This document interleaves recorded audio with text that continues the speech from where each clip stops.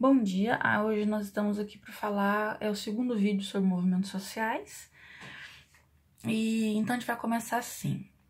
Nós temos duas classes sociais que se opõem, a burguesia e o proletariado, e nós temos o Estado. Esse Estado, ele serve para duas coisas.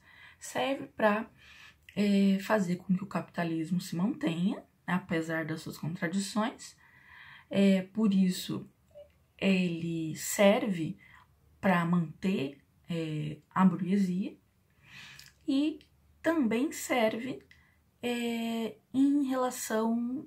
numa relação direta com a cidadania, né? Então, para que os direitos de cada cidadão seja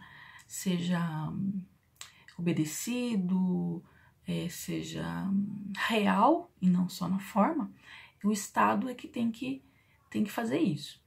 Então, o Estado ele está numa sinuca de bicos, digamos assim, né?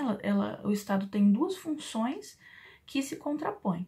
Manter o capitalismo, e isso significa aumentar a retirada de mais-valia dos trabalhadores e tal, atender às necessidades do burguês, e, por outro lado, ele também serve para garantir os direitos, né? Direitos sociais, civis, direitos políticos, direitos identitários, pedidos, reivindicados por todos, né, pelo proletariado também. Bem, e a partir dessa ideia de que esse confronto de funções, do Estado, faz com que os movimentos sociais surjam, né? Então, dessa sinuca de bico em que o Estado vive, abre-se a ideia dos movimentos sociais. Bem, os movimentos sociais, eles precisam ter três coisas básicas, né?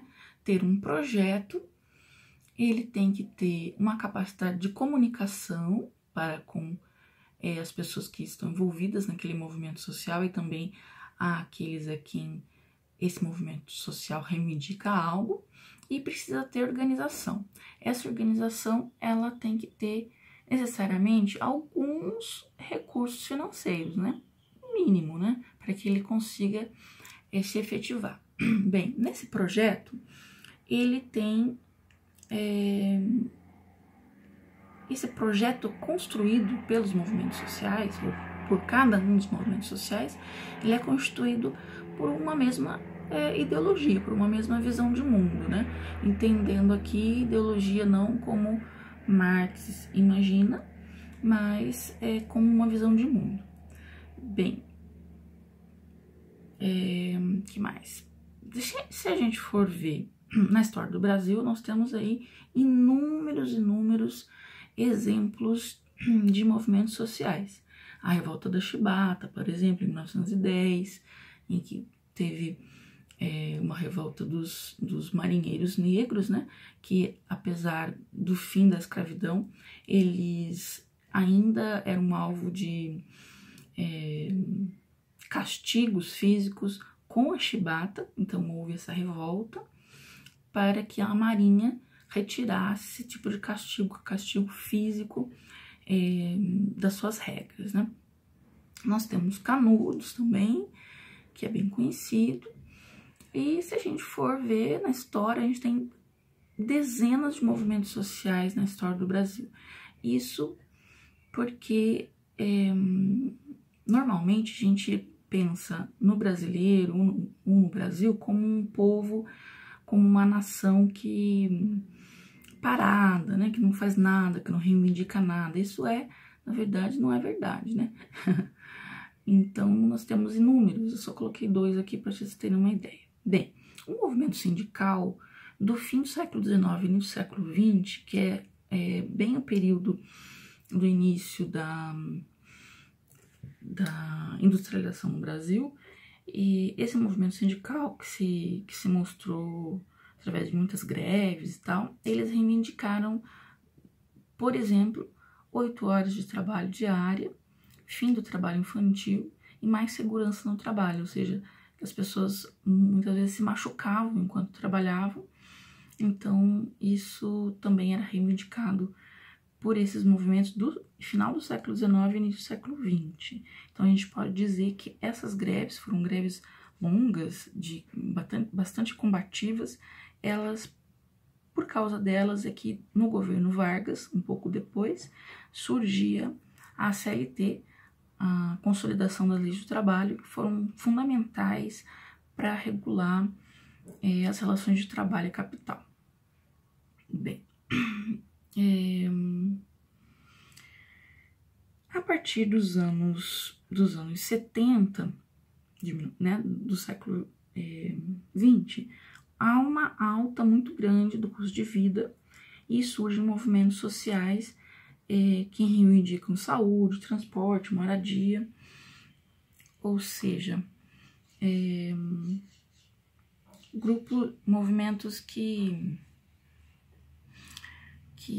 na verdade pediam um acesso maior ao uso da cidade, né? E lutavam pela cidadania, né? Bem, lutavam pelo uso da cidade e isso era necessariamente uma questão de reivindicar direitos sociais e tal. Bem,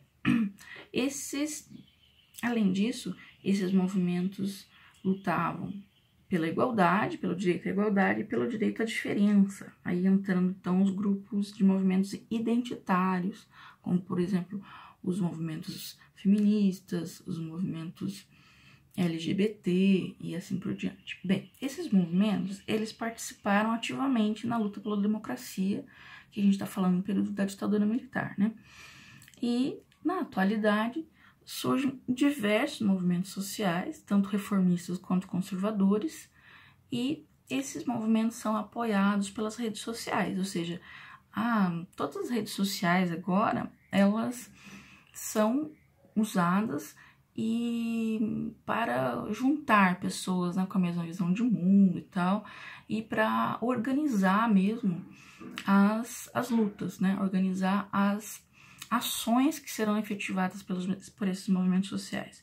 E isso faz com que os movimentos conservadores retomem com uma força extraordinária e os movimentos reformistas também consigam se organizar com maior facilidade. Bem, existe também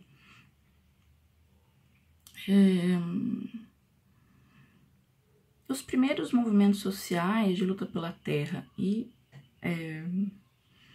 movimentos sindicais.